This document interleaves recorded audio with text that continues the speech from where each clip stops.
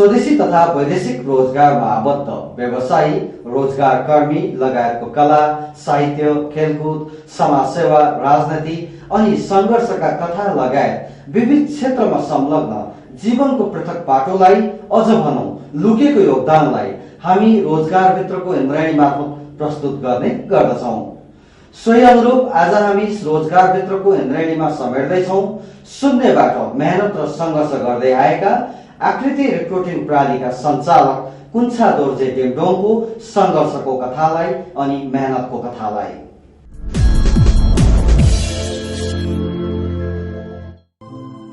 जीवनको लामो यात्रामा सफलताले सबैलाई सजिलै चुम्दैन। त्यसका लागि आवश्यकता हुन्छ त निरन्तर मेहनतको, लगनशीलताको अनि इमान्दारिताको। आज हामी रोजगारभित्रको इन्द्रायणीका रूपमा चर्चा गर्दैछौं एउटा सामान्य नागरिकको संघर्षको कथालाई, जसले प्रेरित गर्छ संघर्ष र मेहनतका लागि अनि लक्ष्य प्राप्तिका लागि।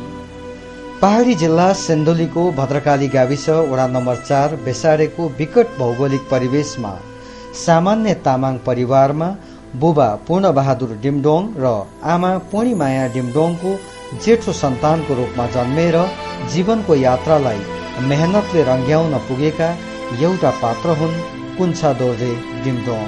मेरो जन्म सिन्धुली भद्रकाली गाविस वार्ड नम्बर 4 बेसारे भन्ने ठाउँमा भएको हो। म चाहिँ एउटा सामान्य किसान तामाङ परिवारमा जन्म भएको हो। आजभन्दा 36 वर्ष अगाडिको सिन्धुली जिल्लाको पहाडी परिवेश निकै कठिन थियो, सामान्य दैनिकी पनि। न्यूनतम शिक्षा, स्वास्थ्य, विकास लगायतका आधारभूत पक्षबाट पनि समाज टाढा थियो। चेतनाको कमी थियो समाजमा। गाउँमा प्राथमिक शिक्षाका लागि पनि टाढा टाढा जानु पर्थ्यो। यस्तो परिस्थितिमा हुर्किएका कुन्छा दोर्जे स्वयं माध्यमिक शिक्षाका लागि दैनिक 3 घण्टा पहाडी उकाली ओह्राली पार गर्दै सिन्धुली माडी बजार पुग्नु पर्ने अवस्था थियो। एउटा सिन्धुलीको विकट पहाडी जिल्लामा हुर्किएको, त्यही माथि पनि हामी तामाङ परिवारको मान्छे र त्यतिखेरको शिक्षाको कुरा गर्नुहुन्छ भनेदेखि एउटा तामाङ परिवारमा त्यतिखेरको शिक्षा धेरै अब स्कुलहरूमा पनि नपठाउनेदेखि लिएर पढ्दाखेरि के हुन्छ, पढ्नुभन्दा पनि काम गर्न बढी चाहिँ पठाउने र फेरि यदि हामीले पढ्नु चाहेर पनि पढ्नु नपाउने। जस्तै तपाईँको के छ भने 3 घण्टा 4 घण्टा उकाली उराली गरेर हामी पढ्न जानु पर्थ्यो एउटा प्राथमिक शिक्षाको लागि पनि। समाजमा राजनैतिक चेतनाको पनि कमी थियो। सँगसँगै आधारभूत शिक्षा, स्वास्थ्य, विकास लगायतका पक्षमा राज्यको उपस्थिति पनि निकै न्यून थियो। उनलाई त्यतिबेला प्राथमिक शिक्षा दिने उनका गुरु तथा सामाजिक अगुवा हरिबहादुर थापा मगर यसरी चित्रण गर्छन् त्यतिबेलाको सामाजिक परिवेशको। पूर्णबहादुर लामा जेठो छोरा कुन्छा दोर्जे लामा हुनुहुन्छ। उहाँलाई मैले 1 क्लासदेखि 5 क्लाससम्म पढाएँ। पढाउने क्रममा उनी बडा अनुशासित, बडा सहनशील, बडा लगनशील, जति अनुशासनभित्र राम्रोसँग रहेर आफ्नो पठन पाठनलाई अगाडि बढाउँदै लानुभयो र राम्रोसँगले विद्यालयमा चाहिँ खस्नै गर्दै आउनुभएको हो। क्लासको उनीले मोनिटर पनि चलाउँथे र अब त्यतिखेर त म एउटा मात्रै मास्टर थिएँ, 5 क्लास चलाउनु पर्ने। त्यो अवस्थामा उनले मोनिटर गरेर भनौँ न आफू अरू क्लासलाई पनि उनी पढाउने गर्नुहुन्थ्यो। त्यस बेलाको राज्य सत्तासँग कुनै सम्पर्क र पहुँच नभएका कुन्छा दोर्जेले उच्च शिक्षाका लागि काठमाडौँ आउँदा यो बिरानो शहरमा अध्ययनका लागि मजदुरी समेत गरे। त्यतिबेला उनले मजदुरी गर्ने कारखानाको ट्रेड युनियन मजदुर संगठनको नेतृत्व गर्दै थिचोमिचो र भेदभावका विरुद्ध मजदुर अधिकारका लागि समेत सङ्घर्ष गरे। पहिलोचोटि म काठमाडौँ आउनको कारण के थियो भने म चाहिँ एउटा शिक्षाको लागि, जस्तै तपाईँको त्यो ठाउँमा बसेर मैले एउटा मेरो फ्यामिलीले जुन मेरो परिवारले त्यो बेलाको जमानामा पनि एउटा छोरालाई पढाउनुपर्छ, केही न केही गर्नुपर्छ भन्ने एउटा मेरो बुवाको एउटा चाहना हुनुहुन्थ्यो। म उच्च शिक्षाको लागि चाहिँ मलाई के अरे भनेर बुवाले मलाई यहाँ काठमाडौँ पठाउनु भयो। त्यसकै सिलसिलामा काठमाडौँ त पठाउनु भयो। एउटा गरिब परिवारको मान्छे यहाँ चाहिँ कसरी के गरी चाहिँ तपाईँको कलेज पढ्ने भन्ने नै खाना लाउनलाई नै एउटा दुःख हुने ठाउँको मान्छे यहाँ मैले एउटा मजदुरी गर्ने क्रममा यहाँ आएर मजदुरी पनि गरेँ। पढ्ने क्रममा सँगसँगै मैले साथमा एउटा मजदुरी पनि गरेँ मजदुरी गर्ने क्रममा मैले तपाईँको गार्मेन्टमा मैले काम गरेँ। त्यहाँ गार्मेन्टमा जब मैले काम गर्दाखेरि केही अशिक्षितदेखि लिएर एउटा सर्वसाधारण मान्छेहरूसँग एउटा घुलमिल हुने एउटा मौका पाएँ। उहाँहरूसँग बस्यो, त्यहाँ चाहिँ अलिकति बढी थिचोमिचो भएको मलाई त्यतिखेर त्यो फिलिङ भयो। एउटा मजदुर हक र हितको लागि यो गर्नुपर्छ त्यो गर्नुपर्छ भन्नुभयो। त्यसै क्रममा म पनि उहाँहरूसँग आबद्ध भएर मैले केही साल चाहिँ उहाँहरूसँग नि बिताएँ र म यो ट्रेड युनियनमा आबद्ध भएर पनि काम गरेँ। यसैबीच जीवनमा सङ्घर्षका हरेक आयामलाई नजिकबाट चुमेका उनले पारिवारिक दायित्वबीच आर्थिक रूपान्तरणका लागि वैदेशिक रोजगारीका क्रममा साउदी अरब पुगे उनी पहिलो पटक। म चाहिँ साउदी अरेबियामा 2000मा म साउदी अरेबियामा 2000मा काम गरेँ। 2002मा मैले चाहिँ रिटर्न भएँ। त्यहाँ चाहिँ के अरे नेपालीहरूको दुःखहरू देखेँ र आफूले पनि दुःख गरेँ। एज अ लेबरको रूपमा त्यहाँ काम गरेँ। राम्रो साथीहरू पनि भेटेँ, नराम्रो साथीहरू भेटेँ, दुःख पाएका पनि भेटेँ, सुख पाएका पनि भेटेँ। वैदेशिक रोजगारीको त्यति बेलाको अवस्था आजभन्दा निकै दयनीय थियो।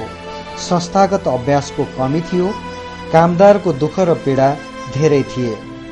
त्यस क्रममा उनले यी सबै पक्षलाई प्रत्यक्ष देखे, बुझे र आत्मसात गरे नजिकबाट। वैदेशिक रोजगारीका क्रममा उनले देखेका भोगेका अँध्यारा पक्षहरूले उनलाई वैदेशिक रोजगारलाई व्यवस्थित गर्दै संस्थागत अभ्यास बढाउनु पर्छ भन्ने कुरामा घचघच्याइरह्यो र स्वदेश फर्केर केही समय एक वैदेशिक रोजगार संस्थामा इम्प्लोइका रूपमा काम गरेर अध्ययन र अनुभव बटुल्दै वैदेशिक रोजगार व्यवसायमा व्यावसायिक रूपमा संलग्न भए उनी आकृति रिक्रुटिङ कम्पनी मार्फत।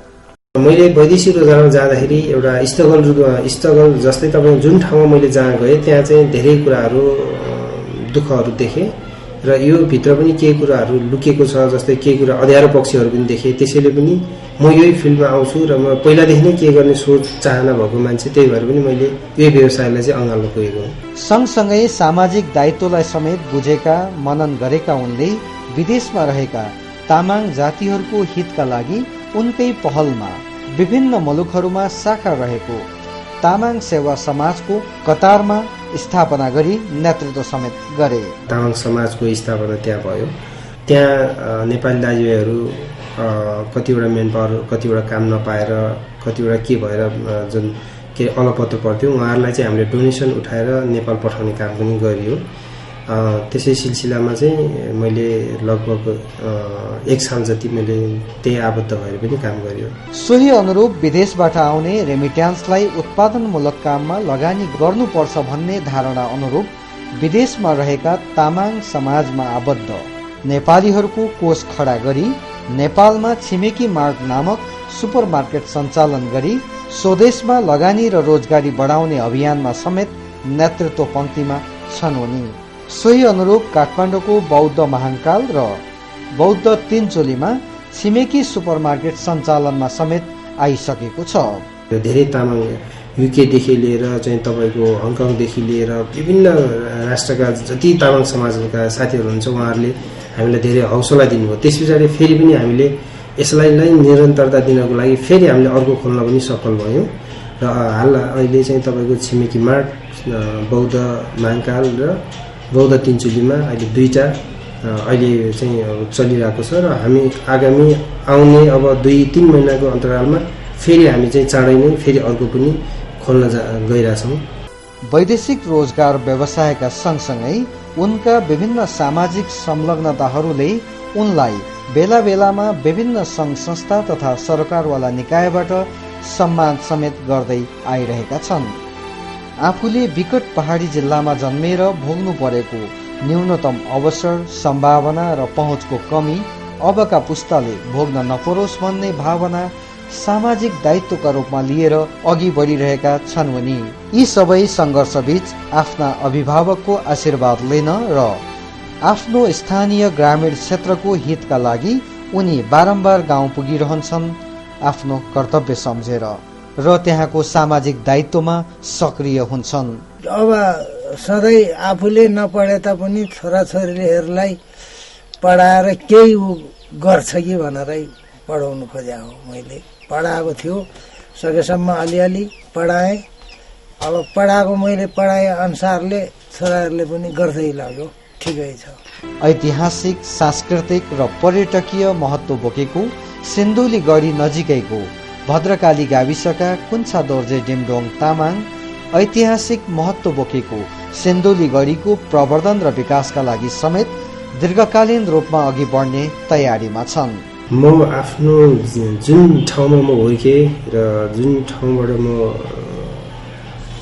पढेँ हुर्केँ त्यो ठाउँको लागि सबैलाई एउटा माया अवश्य छ र एउटा मेरो यसै क्रममा जुन सिन्धुली गढीको चाहिँ ऐतिहासिक र एउटा पर्यटकीय क्षेत्र जहाँबाट चाहिँ तपाईँको के अरे हिमाल पनि देखिन्छ होइन। एउटा सिन्धुलीलाई चाहिँ तपाईँको के अरे जुनारबाट पनि धेरै प्रख्यात जिल्ला पनि मानिन्छ।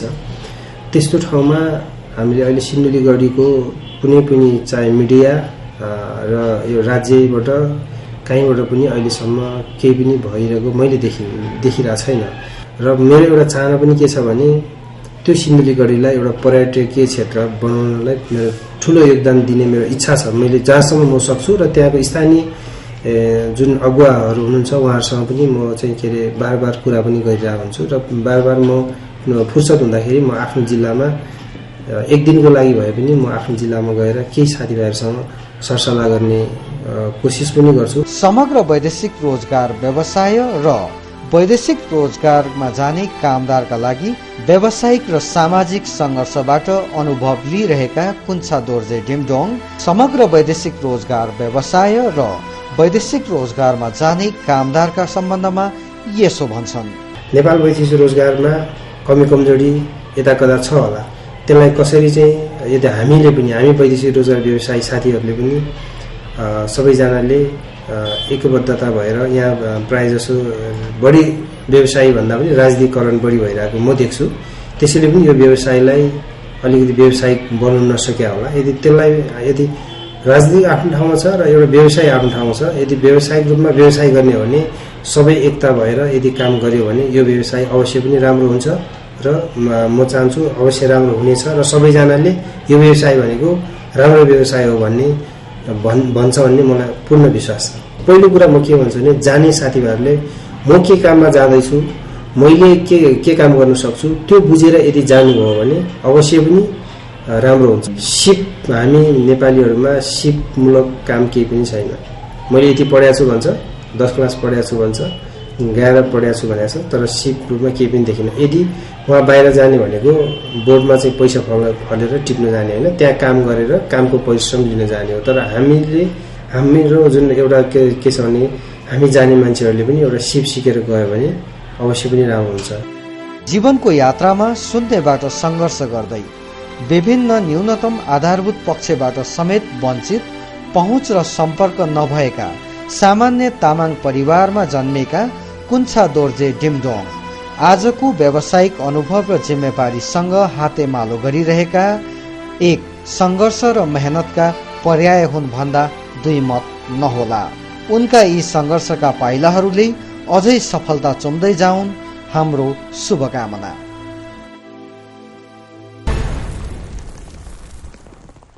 दर्शकवृन्द, साताभरि रोजगारीका क्षेत्रमा भएका विविध गतिविधि तथा रोजगारीका विभिन्न अवसरहरूको समाचार अबको प्रस्तुतिमा।